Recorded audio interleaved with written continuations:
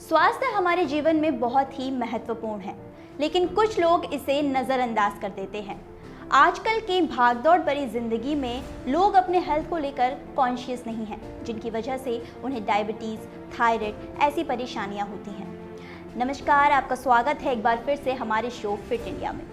आज हमारे साथ फिटनेस एक्सपर्ट अमित जी जुड़े हैं। सबसे पहले तो अमित जी, आपका बहुत बहुत स्वागत है हमारे शो में। नमस्कार। धन्यवाद। मैं आपके इस चैनल के माध्यम से आपके सभी दर्शकों को सर्वप्रथम नमस्कार करना चाहूँगा। जी सर, आपको भी पता है कि आजकल की, जैसे कि मैंने बताया कि आजकल की जो भागदौड़ भरी ज़िंदगी है, लोग इसमें इतने अस्त व्यस्त हो गए हैं कि अपने शरीर का ध्यान नहीं रख पा रहे हैं, जिस वजह से उन्हें तरह तरह की बीमारियां हो रही हैं। तो एक रिपोर्ट के अनुसार, WHO के एक रिपोर्ट के अनुसार दुनिया भर में 1.6 जो मिलियन लोग हैं वो डायबिटीज़ के कारण उनकी डेथ हो रही है, और दुनिया भर में 77 मिलियन मामले जो हैं वो डायबिटीज़ के आ रहे हैं। तो मैं आपसे जानना चाहूँगी सर, ये जो शुगर की परेशानी है वो किस तरह से होती है, और इसे ठीक करने के लिए हम क्या खान पान रख सकते हैं और किस प्रकार के योगा आसन किए जा सकते हैं? देखिए, डायबिटीज़ जो है एक लाइफस्टाइल डिजीज़ है। डायबिटीज़ ज़्यादातर उन्हीं लोगों को होता है कि आजकल देखेंगे कि वो सेडेंटरी लाइफस्टाइल हो गया है जी, कुछ वर्कआउट नहीं कर पाते हैं वो, जिसके कारण बस ये डायबिटीज़ की बीमारी जो है वो आती है। होता ये है, जो पेंक्रियाज हमारी होती है वो पेंक्रियाटिक जूस नहीं बना पाता ठीक ढंग से, और वो बस इस वजह से होता है क्योंकि उनका लाइफस्टाइल काफ़ी सेडेंटरी होता है। अब उसमें योग जो है लाइफस्टाइल को एक तरीके से सुदृढ़ करने के लिए काफ़ी अच्छा एक माध्यम होता है जी, और हम योग के माध्यम से इसको ठीक भी कर सकते हैं। कई सारे ऐसे भी एग्जामिनेशन आए हैं, कई सारे ऐसे भी रिजल्ट दिखे हैं जिसमें कि ये काफ़ी हद तक काम करता है, योग बहुत अच्छे हद तक काम करता है। उसमें कुछ एक आसन है, कुछ एक षटकर्म की क्रियाएं होती हैं, कुछ एक प्राणायाम होता है, काफ़ी अच्छा उसमें हेल्पफुल होता है। तो आसनों में आपको क्या करना है, कुछ ट्विस्टिंग के आसन करने हैं, जैसे वक्रासन हो गया, अर्ध मत्स्येंद्र आसन हो गया, कुछ बैकवर्ड बेंडिंग के पोजेस करने हैं, जैसे भुजंगासन हो गया और धनुरासन होता है। तो इस प्रकार के कुछ पोजेज होते हैं। आप पश्चिमोत्तानासन भी कर सकते हैं, जानुशीर्षासन भी कर सकते हैं। कुल मिलाकर के ट्विस्टिंग, बैकवर्ड बेंडिंग और फॉरवर्ड बेंडिंग, ये जो पोजेज होते हैं योग आसनों में, वो काफ़ी बेनिफिशियल होता है जी। और आप षटकर्म की कुछ क्रियाएं कर सकते हैं, क्योंकि एक वाटर क्लिनजिंग प्रैक्टिसेज होती हैं। वो षटकर्म की प्रैक्टिसेज आपको, ये कुंजल कहते हैं उसको, दसकंडी भी नाम होता है उसका। कुंजल में माध्यम ये होता है कि आपको बस पानी पीना है भरपेट और उस पानी को निकाल देना है। अब खाली पेट आप पानी पिएंगे, 90 डिग्री पे बेंड होंगे, उसके बाद में आपको ये 3 उंगली जो है आपको जीभ के जस्ट ऊपर आपको अंदर की तरफ टच करना होगा। जस्ट आपको वमन की एक वेग जो है वो उत्पन्न होगी जी। और उसके बाद में आप वमन कर देते हैं, यानी उल्टी कर देते हैं। अब इससे पूरा पेट जो होता है वो एकदम क्लीन हो जाता है। तो जो पेट तक का हमारा सिस्टम वो पूरा क्लीन हो गया इससे। तो षटकर्म की क्रिया में ये बहुत बेनिफिशियल होता है। दूसरा, आप अग्निसार कर सकते हैं, जो खाली पेट की जो पंपिंग होती है वो अभ्यास काफी अच्छा होता है। बस आपको एक्सहेल करना है, दोनों हाथों को घुटने से थोड़ा सा ऊपर रखना है, हल्का आगे बॉडी को बेंड करके और खाली पेट की पंपिंग करनी है, यानी श्वास बाहर करके और पेट की आपको पंपिंग करनी, पेट को अंदर बाहर करना है। फिर एक षटकर्म में ही एक और क्रिया आती है कपालभाति, इसको लोग प्राणायाम में भी गिनते हैं जी। तो कपालभाति प्राणायाम या षटकर्म की क्रिया हम जो भी कहें उसको, तो वो दोनों काफी बेनिफिशियल होता है डायबिटीज मेलिटस की जो बीमारी होती है उसके अंदर जी। सर, जैसे कि आपने योगा आसन बताए, तो मैं आपसे ये पूछना चाहूंगी कि क्या योग ट्रेनर्स की देखरेख में ही आसन किए जा सकते हैं? ये जितने भी आसन और प्राणायाम षटकर्म की क्रिया जो मैं आपको बता रहा हूँ, आपके माध्यम से जो दर्शकों को बता रहा हूँ, वो किसी भी एक yoga instructor, capable yoga instructor, जो कॉम्पिटेंट योगा इंस्ट्रक्टर होता है, उसी के देख रेख में करे तो ज़्यादा बेनिफिशियल होगा, ज़्यादा फ्रूटफुल होगा जी। जैसे कि आप हमें हेल्थ के बारे में बता रहे हैं, हम आगे भी आपसे हेल्थ के बारे में अभी आपसे जानना चाहेंगे, दर्शकों को बताना चाहेंगे, लेकिन उससे पहले हम आपका एक छोटा सा इंट्रोडक्शन जानना चाहेंगे। सर, कुछ अपने बारे में बताइए कि शुरुआती तौर पर आपने कितनी मेहनत की और क्या क्या हासिल किया, और क्या सोचकर आपने सोचा कि मैं योगा लाइन में आगे बढ़ूंगा, कुछ इस बारे में बताइए। यह काफ़ी, देखिए, ये जो योग में के क्षेत्र में लोग आते हैं, ये काफ़ी पुराने संस्कार हुआ करते हैं जी। लेकिन फिर भी आप पूछ रहे हैं तो मैं बता देता हूँ कि योग के क्षेत्र में मेरा कब आगमन हुआ जी। बेसिकली मैं पहले BCA कर रहा था, bachelor degree in computer application, और ये मैं 4th सेमेस्टर तक कर चुका था।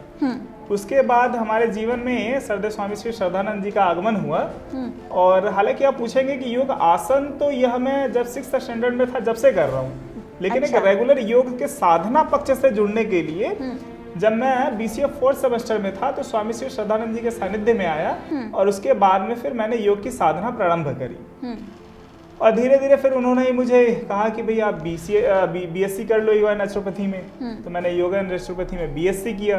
फिर मोरारजी देसाई से कुछ फाउंडेशन के कोर्स करे, कुछ सर्टिफिकेट्स करे। द्वारका स्पोर्ट्स कॉम्प्लेक्स में लगभग ये 3 से 3.5 साल श्री अनिल मुदगल जी और आचार्य श्री दीपक शर्मा जी के सानिध्य में भी कुछ योगासन जो एडवांस लेवल के होते हैं वो भी सीखा। और सरदेव स्वामी श्री श्रद्धानंद जी का तो सानिध्य मुझे हमेशा से ही प्राप्त रहा है और अभी भी प्राप्त है। तो जो भी सीखा है गुरुजनों के सानिध्य में ही रह करके सीखा है। हाँ, डिग्री देखिए, डिग्री क्या होता है ना कि आपको इंटरव्यू के गेट तक पहुंचा देता है जी। तो उसके लिए मैंने कुछ डिग्रीज वगैरह भी किए, लेकिन योग में एक चीज गुरु होना बहुत जरूरी होता है। बिल्कुल बिल्कुल। तो योग के क्षेत्र में जो आपको अंधकार से प्रकाश की ओर लेकर के जाए वो गुरु होना बहुत अति आवश्यक होता है जी। जैसे कि आपने आयुर्वेद की बात बताई सर, तो मैं आपसे इसी से जुड़ा एक सवाल पूछना चाहूंगी। आजकल लोग इंस्टेंट रिजल्ट पाने के लिए अंग्रेजी दवाइयों का सेवन करते हैं, जिससे उन्हें काफी हार्मफुल चीजें भी होती हैं जी। तो मैं ये कहना चाहती हूँ कि सर लोग आयुर्वेद को क्यों नहीं समझते, क्यों नहीं जानना चाहते, उसे क्यों नहीं अपनाना चाहते। तो मैं आपके माध्यम से दर्शकों को ये बताना चाहती हूँ, या आप दर्शकों को बताइए कि आयुर्वेद हमारे जीवन में कितना महत्वपूर्ण है और इसकी क्या महत्वता है। बहुत अच्छा सवाल है आपका ये। देखिए, अगर हम आयुर्वेद और एलोपैथ की तुलना करते हैं तो एलोपैथ की बस सबसे एक अच्छी बात ये होती है कि वो इंस्टेंट रिलीफ कर देता है जी। इसको छोड़ करके आप कुछ देखिएगा तो कोई भी उसका ज्यादा कुछ कारण नहीं हो तो सकता है कि हम एलोपैथ की तरफ अपना रुझान जो है वो बढ़ाएं।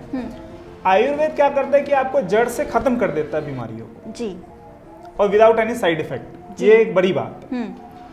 और उसके बाद में आपको एक और चीज मैं बताना चाहूंगा, 3 ठो गुण होते हैं। सात्विक गुण होता है, तामसिक गुण होता है और एक राजसिक गुण होता है।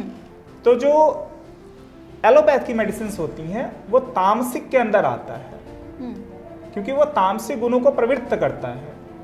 और जो हमारा आयुर्वेद है वो सात्विक गुणों को प्रदर्शित करता है जी। तो अगर हम आध्यात्मिक तौर पे देखें, स्पिरिचुअली भी देखें, तो हमें क्या करना चाहिए, बीइंग एन इंडियन आयुर्वेद के साथ ही जाना बहुत ज्यादा बेनिफिशियल रहता है हमारे लिए। जैसे कि सर लोग आजकल के खान पान ले रहे हैं, खराब खान पान ले रहे हैं, बॉडी में टॉक्सिन्स जमा करते जा रहे हैं, लेकिन डिटॉक्सिफाई करने का कोई साधन नहीं बचा है। तो मैं आपसे जानना चाहूँगी कि कोई योगा आसन या किस तरीके का खान पान हमें रखना चाहिए साधारण, या अपनी बॉडी को डिटॉक्सिफाई किस तरीके से करना चाहिए। ये आपने पुनः एक बार बहुत ही अच्छा सवाल पूछा है।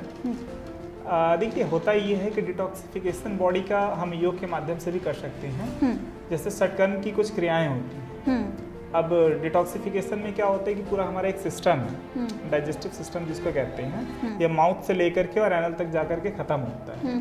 ठीक है, बीच में large intestine, small intestine, duodenum, oesophagus, ये सब कुछ आता है जी। तो अब हमें करना क्या, पहले मैं योग के माध्यम से बता देता हूँ, उसके बाद आपको आयुर्वेद के माध्यम से भी बता दूंगा, है ना। तो योग के माध्यम से करना तो षटकर्म की कुछ क्रियाएं करनी होंगी आप।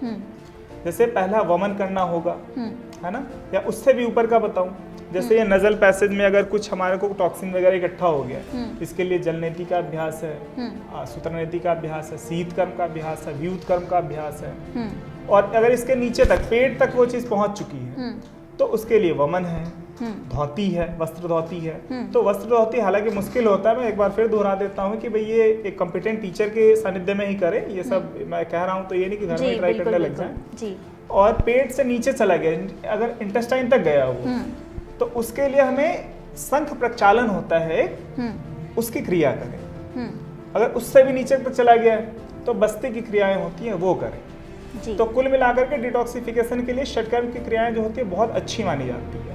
अच्छा, ये आयुर्वेद में भी बस नाम बदल दिया हुआ है, लेकिन आयुर्वेद में भी कुछ इसी से मिलता जुलता हुआ चीजें वो कराते हैं। और आयुर्वेद का मूल में देखेंगे तो वो भी षटकर्म की ही क्रियाएं कराते हैं, बहुत बेनिफिशियल रहता है। और हाँ, आयुर्वेदिक मेडिसिन भी कुछ आते हैं जिनके सेवन से आपको बॉडी डिटॉक्सिफाई हो जाता है जी। और आपका जो ये कंपनी है एक्सिको आयुर्वेदा, ये भी काफ़ी अच्छे प्रोडक्ट्स बना रही हैं जी।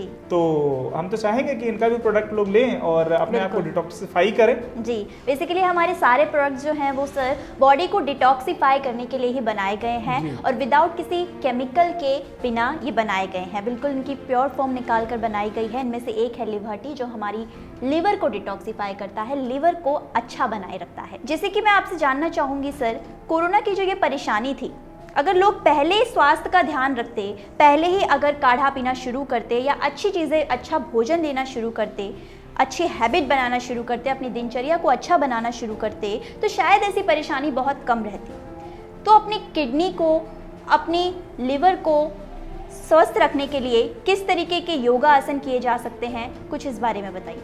देखिए, इसमें आपने 2 सवाल पूछा है कि पहले से अगर लोग अपने आप को तैयार रखते कुछ एक फिजिकल एक्सरसाइजेज करके, मैं केवल योगा ही नहीं कहूँगा, फिजिकल एक्सरसाइजेज करके, योगा का अभ्यास करके, आयुर्वेद का कुछ सेवन करके, तो ये बहुत अच्छा रहता है उनके लिए। वैसे भी अगर आप एक डाटा देखेंगे तो बाहर के लोगों के मुताबिक इंडिया के लोग कम बीमार पड़ते हैं, क्योंकि यहाँ पे क्या है कि उनका जो फिजिकल एक्टिविटी है वो थोड़ा ज़्यादा है। अमेरिका में यही चले जाइए आप, ओबेस पीपल काफ़ी ज़्यादा मिलते हैं वहाँ पे आपको, है ना।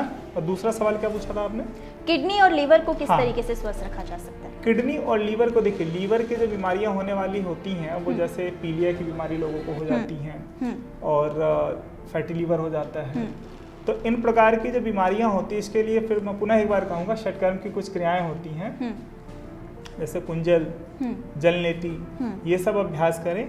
और साथ ही साथ कुछ एक आसन भी होती हैं, जैसे आप वीरभद्रासन सीरीज के कुछ एक आसन किए जा सकते हैं, कपालभाति का प्राणायाम किया जा सकता है जी।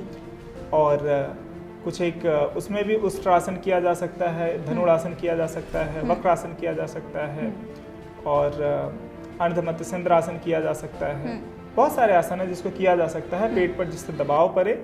और उसमें भी देखना पड़ता है कि जो हमारा पेशेंट है उसको कितना ज़्यादा परेशानी है, फिर उसी हिसाब से इसको बताया जाता है।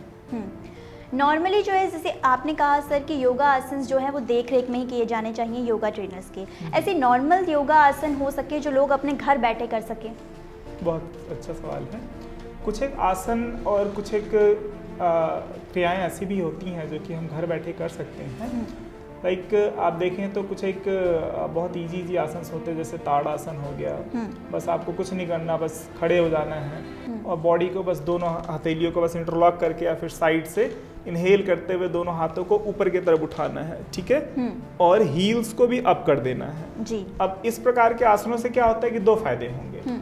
एक तो आपका बॉडी पूरा स्ट्रेच हो रहा है, साथ ही साथ आपको ध्यान भी एकाग्र करके रखना होगा क्योंकि आप थोड़ा सा बैलेंसी पोज में हो, ठीक है, तो माइंड भी आपका वहां पे करेक्ट हो रहा है। और दूसरी बात कि आपका बॉडी स्ट्रेच हो रहा है तो पूरा जो सिस्टम आपका है, मसल सिस्टम हो गया और जो आपके सेल्स हैं, टिश्यूज हैं, उसमें भी स्ट्रेचिंग हो रही है, ठीक है।